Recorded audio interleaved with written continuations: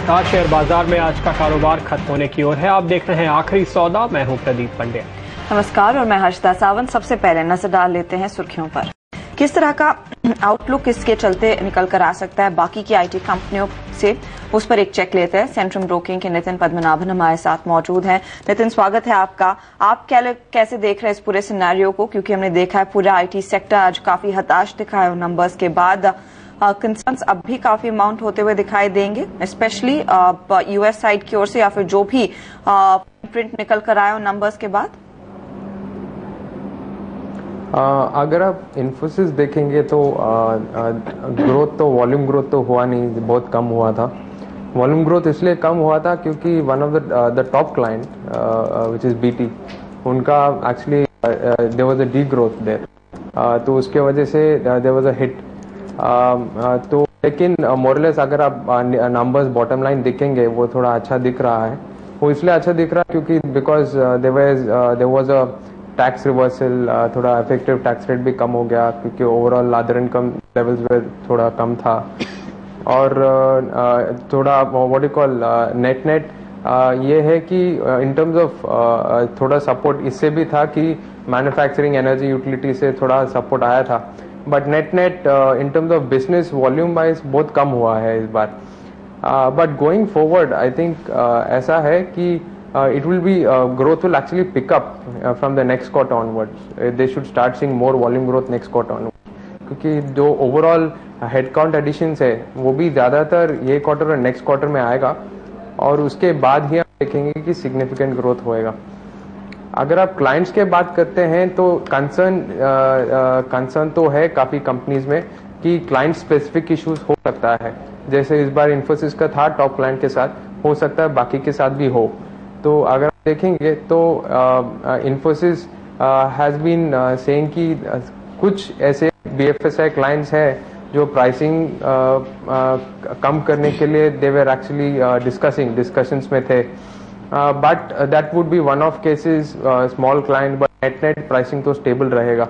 That is the commentary from the management. तो अगर आप दूसरे कंपनीज में देखेंगे, it is still a wait and watch as to whether something does come out of the box, something sporadic, something negative does come out, but net as of now there is nothing visible of that sort. Nitin, लेकिन यहाँ पे बाकी companies के लिए आपकी क्या उम्मीदें हैं फिलहाल? इन्फोसिस का रिजल्ट तो कुल मिलाकर के कोई बहुत ज्यादा लोगों को उत्साहित नहीं कर पाया। क्या दूसरी कंपनीज कुछ पॉजिटिव सरप्राइज दे पाएंगी, ऐसी उम्मीद है आपको? अगर दूसरे कंपनीज देखेंगे तो on top of the list would be Satyam तो should show a 10% top line bottom line growth. Satyam result should be pretty good. TCS, Wipro, अगर आप देखेंगे तो नेट स्टोरी ही होगा कि वॉल्यूम ग्रोथ काफ़ी स्लगिश रहेगा और bottom line growth will not be significant. अगर आप HCL टेक देखेंगे तो उनका हेजेस काफ़ी हैं, it's covered over the next of around 2.7 billion, तो फॉरेक्स लॉसेस होगा उसमें। तो net I think it is not going to be a very bullish quarter. The quarter is going to be very muted in a sense overall के industry के लिए। But going forward first quarter, Nitin, क्या स्थिति बेहतर होती हुई दिखाई देगी? जैसे आप इन्फोसिस के लिए भी इंडिकेट कर रहे थे, क्या एक ओवरऑल एनवायरनमेंट में कुछ अपसाइड की उम्मीद की जाए, specially in the second half of the year?